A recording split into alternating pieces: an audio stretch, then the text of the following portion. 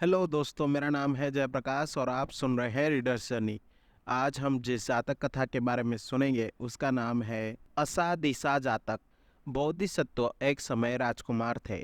उन्होंने तक्षशिला में 3 वेदों और 18 सिद्धियों का अध्ययन किया और उन सभी में महारत हासिल की, खासकर तीरंदाजी। जब उनके पिता राजा अपनी मृत्युशैया पर थे तो उन्होंने घोषणा की कि उन्होंने अपने स्थान पर बोधिसत्व को चुना है, लेकिन बोधिसत्व को सत्ता या महिमा में कोई दिलचस्पी नहीं थी और उन्होंने सिंहासन से इनकार कर दिया।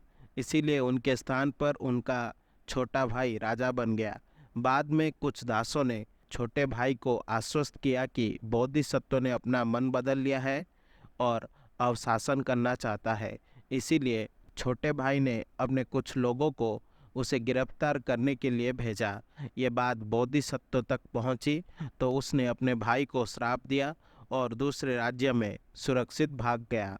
केवल प्रतिष्ठा के आधार पर दूसरे राजा ने बोधिसत्व के प्रति 1 वर्ष 1 लाख सिक्के पर एक धनुर्धर के रूप में नियुक्त किया।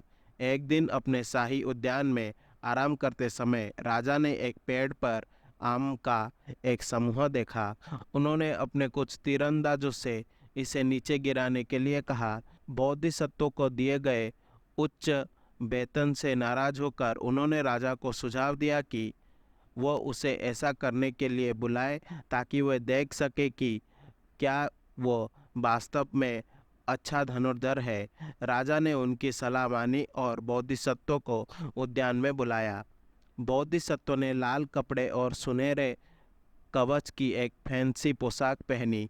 फिर राजा से पूछा कि क्या वो ऊपर की ओर तीर चलाकर फल को नीचे गिराना चाहता है या ऊपर से तीर गिराकर। उत्सुक राजा ने कहा कि उसने कभी गिरते हुए तीर को किसी लक्ष्य को गिराते नहीं देखा, इसीलिए उसने ये अनुरोध किया। बोधिसत्व ने राजा से कहा कि उसका तीर 4 महान राजाओं के स्वर्ग तक जाएगा, इसीलिए उसे धैर्य रखना चाहिए। उसने तीर को उड़ने दिया और फिर दूसरा तेज तीर चलाया जो पहले तीर के पंख पर लगा और उसे वापस धरती की ओर मोड़ दिया। वो इतनी तेजी से गिरा कि गड़गड़ाहट की आवाज़ के साथ वहाँ खड़े सभी लोग डर गए और आम के ठंडल को काट दिया। बोधिसत्व ने एक हाथ में तीर और दूसरे हाथ में आम पकड़ लिया। राजा और सभी दर्शक इतने आश्चर्यचकित हुए कि उन्होंने बोधिसत्व पर करोड़ों की संपत्ति बरसा दी।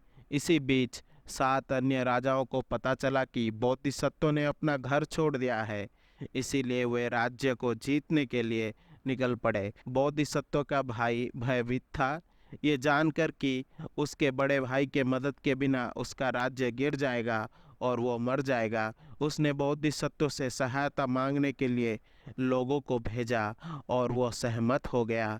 जब वो वापस लौटा तो बोधिसत्व ने उसके भाई को आश्वासन दिया कि सब कुछ ठीक हो जाएगा। फिर उसने संदेश लिखा, मैं घर लौट आया हूँ और तुम सभी को एक ही तीर से मार डालूंगा। जो लोग जीवित रहना चाहते हैं उन्हें अब भाग जाना चाहिए।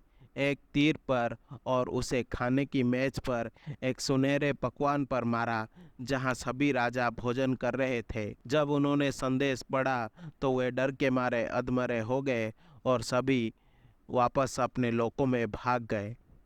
राज्य बच गया। बोधिसत्व ने एक तपस्वी के रूप में रहने के लिए दुनिया को त्याग दिया। ये कहानी बुद्ध के जीवन काल में एक बार अपने शिष्यों से महान त्याग के बारे में बात करते समय, जो उनके आत्मज्ञान के मार्ग की शुरुआत थी, बुद्ध ने उन्हें ये कहानी सुनाई ताकि वे जान सके कि उन्होंने अतीत में धार्मिक खोज के लिए सिंहासन भी त्याग दिया था। बोधिसत्व का छोटा भाई आनंद का पूर्व जन्म था जो बुद्ध के शीर्ष शिष्यों में से एक था। आशा करता हूँ कि आपको ये जातक कथा अच्छी लगी होगी। अगर आपको मेरी वीडियो पसंद आई तो इसे लाइक करें और शेयर करें और ऐसे वीडियोस देखने के लिए मेरे चैनल को सब्सक्राइब करें।